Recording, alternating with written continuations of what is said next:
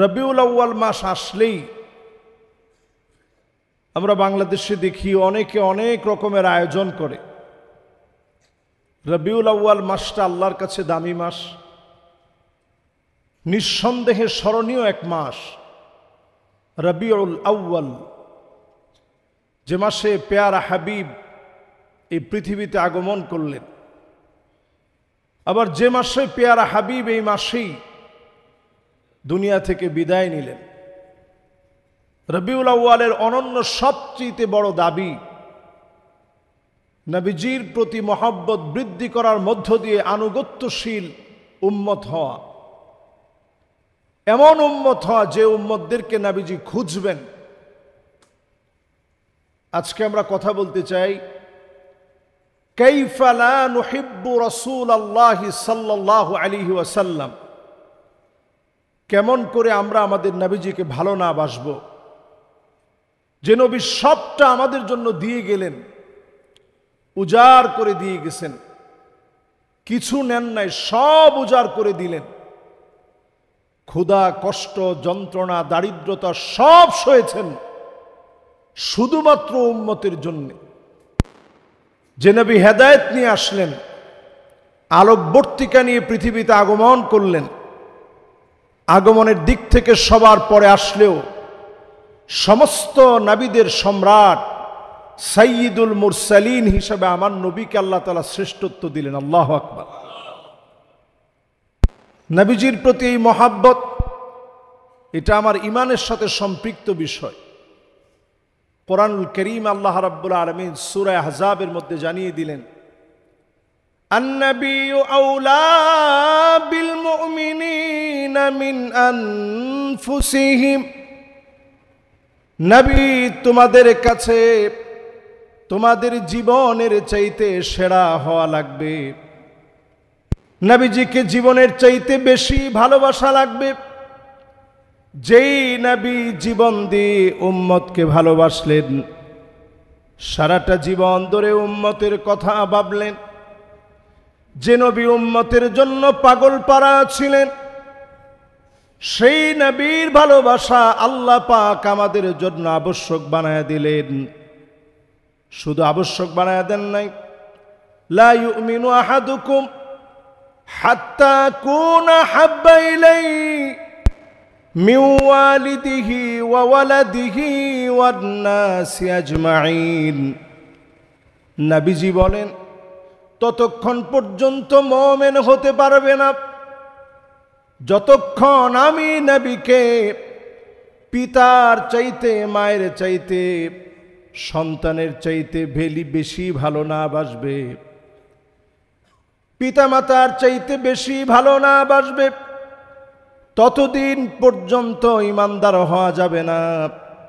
ঈমানের দাবি যদি সত্য হতে হয়, নবীজিকে সবচাইতে বেশি ভালোবাসা লাগবে।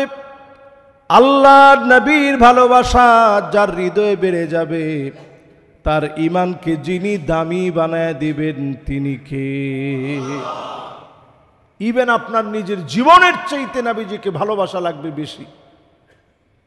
আমরা নবীজিকে কতটুকুন ভালোবাসি একটু চিন্তা করেন। নবীজির কয়টা আদর্শ আমি আমার জীবনে বাস্তবায়নের স্বপ্ন দেখি, পুরোপুরি না পারলেও চেষ্টা করি। নবীজিকে ভালোবাসা এটা আমাদের ঈমানের দাবি। আল্লাহর নবী পৃথিবীতে আসলেন, বুইসতু লিউতাম্মিমা মাকারিমাল আখলাক, সকল মানুষকে আখলাক শিক্ষা দেওয়ার জন্য আসলেন। আল্লাহর নবী ধরে ধরে আখলাক গুলা শিখায় গেলেন। আল্লাহর নবীর আখলাকটা এমন আখলাক, ওয়া ইন্নাকা লাআলা খুলুকিন আযীম, সমুদ্র মহাসমুদ্র পরিমাপ যদি করেন, এর চাইতে মহান আদর্শ যিনি নবীজিকে দিয়েছেন তিনি কে? সমুদ্র মহাসমুদ্র পরিমাণ যদি আখলাককে বিচার করেন, এর চাইতে বেশি আখলাক নবীজির জীবন আল্লাহ তাআলা দান করেছেন। পুরাটা জীবন ভর্তি নবীজির আখলাক। একটা উট নবীজির সামনে এসে কেঁদে ফেললেন, উটের চোখে যখন নবীজি পানি দেখলেন, নবীজি বুঝে ফেললেন যে উট তার কষ্টের কথাগুলা নবীজিকে বলতে চাচ্ছে। তার মুখের হয়তো বলার মতো শক্তি নেই, তাকে আল্লাহ তাআলা জবান দেন নাই, সে বলতে পারে না। চোখের পানি দেখে নবীজি বুঝলেন যে উটটা কষ্টে আছে, আর উটটাও বুঝলো তিনি রহমাতুল লিল আলামিন, গোটা জগতের জন্য তিনি রহমত। বলেন আল্লাহু আকবার। নবীজির সামনে যখন এসে কেঁদে ফেলছেন, কাদার সঙ্গে সঙ্গে নবী করিম সাল্লাল্লাহু আলাইহি ওয়াসাল্লাম তিনি বললেন, এই উটের মালিককে, এই উটটা কার দায়িত্বে আছে? একজন সাহাবী হাত উঠাইলেন, নবী আমার দায়িত্বে উটটা আছে। আল্লাহর হাবিব বললেন, আফালা তাত্তাকিল্লাহ ফি হাযিহিল বাহিমা আল্লাতী মাল্লাকাকাল্লাহু ইয়্যাহ। এই উটের ব্যাপারে কি আল্লাহর সামনে তোমাকে জবাব দেওয়া লাগবে না? এই উটের ব্যাপারে কি তুমি জিজ্ঞাসিত হবা না? নবীজি সেদিন প্রশ্ন করা মাত্র সাহাবী অবাক হয়ে গেলেন। একটা উটের চোখে পানি দেখে রাহমাতুল লিল আলামিনের মায়া লেগে গেছে, পিঁপড়ার বাসা পুড়িয়ে ফেলেছে। আল্লাহর হাবিব জিজ্ঞাসা করলেন, কারা পুড়িয়েছ? সাহাবায়ে কেরাম হাত তুললেন, নবী আমরা পুড়িয়েছি। আল্লাহর হাবিব বললেন, কাউকে পানি আর আগুন দিয়ে শাস্তি দিবা না, কারণ পানি আর আগুন দিয়ে যিনি শাস্তি দিবেন তিনি কে? নবীজি সাল্লাল্লাহু আলাইহি ওয়াসাল্লাম আখলাকের পূর্ণতার জন্য এই পৃথিবীতে আসলেন। সমস্ত মানুষকে তিনি আখলাক শিখিয়েছেন। নবীজির খাদেম ছিলেন হযরতে আনাস রাদিয়াল্লাহু তাআলা আনহু। 10টা বছর নবীজির খিদমত করলেন। একবারের জন্য নবীজি বলেন নাই এই কাজটা কেন করছো, এই কাজটা কেন করো নাই। জীবনে কোনোদিন নবীজি এই কথাটা জিজ্ঞাসা করে নাই। নবীজিকে কেন ভালোবাসি? আল মারউ মাআ মান নাহাব্বা। আল্লাহর নবীকে যদি দিল থেকে ভালোবাসেন, নবীজির সঙ্গে যিনি জান্নাতের মেহমান বানায় দিবেন তিনি কে? নবীজিকে কেন ভালোবাসি? নবীজির এই জন্য ভালোবাসি, যেদিন সব নবীরা ইয়া নাফসি ইয়া নাফসি বলবে, ইয়া নাফসি ইয়া নাফসি বলবে, সব নবীরা যেদিন হয়রান পেরেশান হয়ে যাবে, আমার নবী সেদিন উম্মতি উম্মতি বলে আল্লাহর সামনে সেদিন কাঁদবে। মাথাটা নবীজি নিচের দিকে দিয়ে দিবেন, সিজদা অবনত হয়ে মালিকের কাছে কাঁদবেন। আল্লাহ পাক সেদিন বলবে, নবী আজ আপনি আর কাঁদবেন না, সারাটা জীবন ধরে আপনি কেঁদেছেন, আজকে আপনি আর কাঁদবেন না। ইরফা রাসাক, আপনি আপনার মাথাটাকে উঠান। সাল তু'তা, যা মনে চায় আল্লাহ পাকের কাছে আজকে আপনি চান। ইশফা তুশাফা, যাকে মনে চায় শাফাত করেন। নবী সেদিন বলা মাত্র যিনি মাফ করে দিবেন তিনি কে? যে নবীর দাম আল্লাহর কাছে এত বেশি, সেই নবী সেদিন পর্যন্ত আমাদের জন্য পেরেশান পেরেশান পেরেশান। আমার উম্মতের কি হালত হবে? নবীজিরে এত ভালোবাসি কেন? নবীজি পুল সিরাতের কিনারায় দাঁড়ায় থাকবে। সবাই বলেন কোন জায়গায়? মানুষ 3 ভাবে পুল সিরাতটা পার হবে। 3 ভাবে পুল সিরাত পার হতে গিয়ে কারো হাত কেটে নিচে থাকবে জাহান্নাম, জাহান্নামের মধ্যে পড়ে যাবে। কারো পা কেটে জাহান্নামের মধ্যে পড়ে যাবে। চতুর্দিকে শুধু চিৎকার আর চিৎকার। সেই জায়গায় তিনভাবে আল্লাহর গোলামরা পার হবে। সিনফান মুশাতান, আল্লাহর এমন কিছু গোলাম থাকবে পায়ে হেঁটে হেঁটে পুল সিরাত পার হতে যাবে, খেটে কেটে দ্বিখণ্ডিত হয়ে পড়ে যাবে, কেটে কেটে পড়ে যাবে।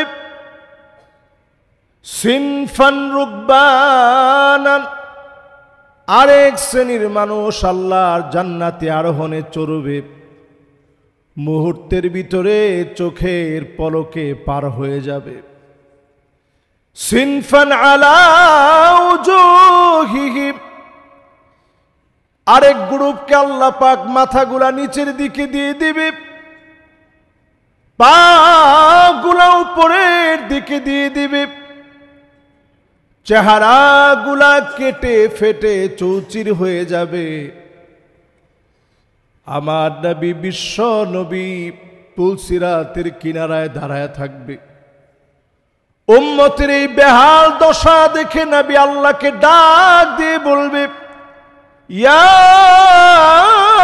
রব্বি সাল্লিম, ইয়া রব্বি সাল্লিম। ও আমার মালিক, উম্মতদেরকে একটু সহজ করে দেন, উম্মতদেরকে একটু মাফ করে দেন। নবীজির দুআর কারণে উম্মতদেরকে যিনি মাফ করে দিবেন তিনি কে? জাহান্নাম নিচ থেকে আওয়াজ করে বলবে, এত পরিমাণ আল্লাহর গোলামদের নূর বের হবে শরীর থেকে, নবীর উম্মতদের শরীর থেকে এমন নূর চমকাবে, জাহান্নাম নিচ থেকে আওয়াজ দিয়ে বলবে, জুজ্জি ইয়া মুমিন ইন্না নূরাকা ইউতফিউ লাহাবি। ও মুমিন, তুমি দ্রুত চলে যাও, তোমার কারণে জাহান্নামের আগুন নিভে যাচ্ছে। আল্লাহু আকবার। নবীজিকে এত ভালোবাসি, এই ভালোবাসার কারণ নবীজি সাল্লাল্লাহু আলাইহি ওয়াসাল্লাম আমাদের জন্য অপেক্ষায় থাকবেন সব জায়গায়। জান্নাতের সামনে যখন নবীজি যাবে, জান্নাতের সামনে যাওয়ার পরে আল্লাহর হাবিব জান্নাতের দরজায় যখন নক করবে, আওয়াজ আসবে, কে গো তুমি? নবীজি বলবে, আনা মুহাম্মদ, আমি মুহাম্মদ সাল্লাল্লাহু আলাইহি ওয়াসাল্লাম এসেছি। সঙ্গে সঙ্গে ফেরেশতা বলবে, বিকা উমিরতু লা আফতাহু লিআহাদিন ক্বাবলাক, কারো জন্য জান্নাতের দরজা খোলা হয় নাই, নবী আপনার জন্য জান্নাত অপেক্ষায় আছে। আল্লাহর নবীকে জান্নাতে প্রবেশ করতে বলা হবে। নবীজি বলবেন, সেদিন কোন নবী জান্নাতে যেতে পারবে না যতক্ষণ না আমি নবী জান্নাতে না যাব। কোন উম্মত জান্নাতে যেতে পারবে না হাত্তা তাদখুলা উম্মতি, আমার উম্মত জান্নাতে যাওয়ার আগ পর্যন্ত। আগে আমার উম্মত জান্নাতে যাবে, এরপর সব নবীর উম্মত জান্নাতে যাবে। আল্লাহর নবীর উম্মত জান্নাতে যাবে, অন্যান্য সব নবীর উম্মত তারপরে জান্নাতে যাবে। যেই নবীর উম্মতের দাম আল্লাহ তো বাড়ায় দিলেন, হাত্তা তাদখুলা উম্মতি, আগে নবীর উম্মতেরা জান্নাতে যাবে, এরপর অন্যান্য সব নবীর উম্মতেরা জান্নাতে যাবে। আগে আমার নবী গিয়ে উম্মতের কথা মনে করবে, উম্মতের কথা স্মরণ করবে। নবীজির কারণে উম্মতদেরকে যিনি জান্নাতি বানায়া দিবেন তিনি কে? এই জন্য নবীজির এত ভালোবাসি, নবীজির এত পরিমাণ ভালোবাসি। ভালোবাসতেই হবে। কেন? এই জন্য ভালোবাসতে হবে, নবীজি সেদিন আমাকে চিনলে আল্লাহ মাফ করবে, না চিনলে সেদিন আল্লাহ মাফ করবে না। নবী সেদিন আমাকে চিনবে, আমার জন্য নবীজি সেদিন আল্লাহর সামনে সুপারিশ করবে। গুররান মুহাজ্জালিনা মিনাল ওয়াদু, ওজুর পানিগুলা জগজগ করে উঠবে, চকচক করে উঠবে। আল্লাহর নবী দেখা মাত্র বলবে, আল্লাহ এটাই তো আমার সেই উম্মত। আল্লাহর নবী যাকে উম্মত বলে পরিচয় দিবে, ওই উম্মতকে যিনি মাফ করে দিবেন তিনি কে? একটু চিন্তা করেন, যেই নবী আমাদেরকে এত মহব্বত করলেন। আম্মা জান আয়েশা সিদ্দিকা রাদিয়াল্লাহু তাআলা আনহা বলেন, তাহাজ্জুদের সময় নবীজি যখন জেগে যেতেন, ঘুম থেকে বিছনা থেকে আলাদা হয়ে নবীজি যখন পিঠটাকে সরিয়ে ছোট্ট ঘরের ভিতরে একটা কোণার মধ্যে যখন সেজদা দিতেন, তখন আমার শরীরটাকে একটু সরিয়ে দিয়ে এরপরে সেজদা দিতেন। ছোট ঘর, সেজদা দিতে কষ্ট হইত। আম্মাজান আয়েশা বলেন, যখনই আমার নবী যখন সেজদায় যাইতেন, আজিজুন কাজিজিল মিরজাল,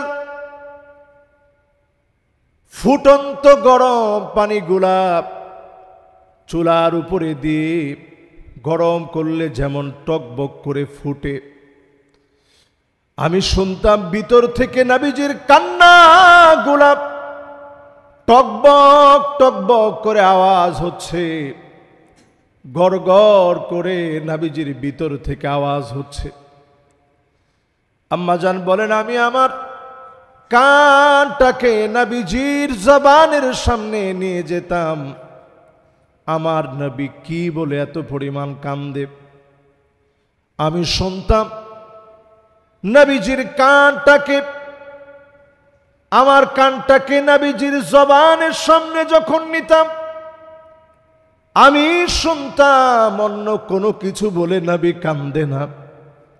নবী আল্লাহর কাছে কান্দে আর বারবার বলে, আল্লাহুম্মা উম্মতি, ও আল্লাহ আমার উম্মত,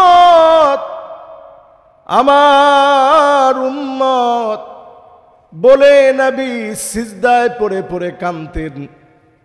যে নবী জীবনে কোনো দিন উম্মতরে দেখে নাই, না দেখে সিজদায় পড়ে কাঁদলেন, উম্মতের মায়ায় পেরেশান হলেন, উম্মতের জন্য নবীজি হয়রান হলেন।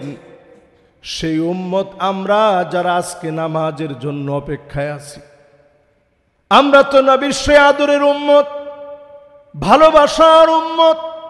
কতটুকু নবীজিরে ভালোবাসলেন। আল্লাহর নবীর ভালোবাসা যার দিলে যত বেশি হবে, ওই মানুষকে যিনি আপন বানায়া মাফ করে দিবেন তিনি কে? পেয়ারা হাদিরিন, ইতিহাসের পরতে পরতে কত নেতা, কত মানুষ, কত ব্যক্তি পৃথিবীতে আসছে।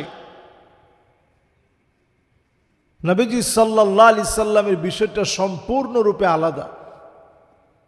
উনি যেই পরিমাণ ভালোবাসতেন আমাদেরকে না দেখে,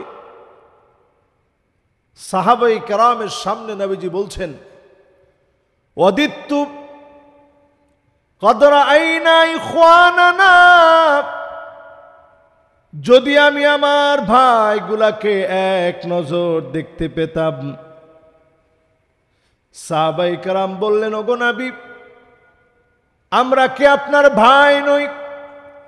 যেই সাহাবীরা নবীর জন্য জীবন দিতে পারে, যেই সাহাবীরা নবীর জন্য জীবন দেওয়ার জন্য প্রস্তুত, সেই সাহাবীরা নবীজিকে প্রশ্ন করলেন, নবী আমরা কি আপনার ভাই না?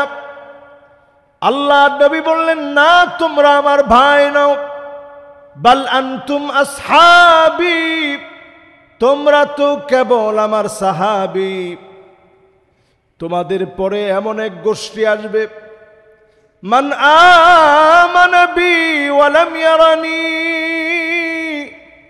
না দেখে যারা ঈমান আনবে তারা হবে আমি নবীর ভাই। না দেখে যারা ঈমান আনবে তারা হবে আমি নবীর ভাই। নবীজি ভাই বলে আদর করে আমাদেরকে সম্বোধন করলেন, আমাদেরকে ভাই বললেন। ভাই যারা অনেক পরে আসবে, ঈমান আনবে আমি নবীর উপরে, দেখবে না, না দেখে ঈমান আনবে, এরা হবে আমার ভাই।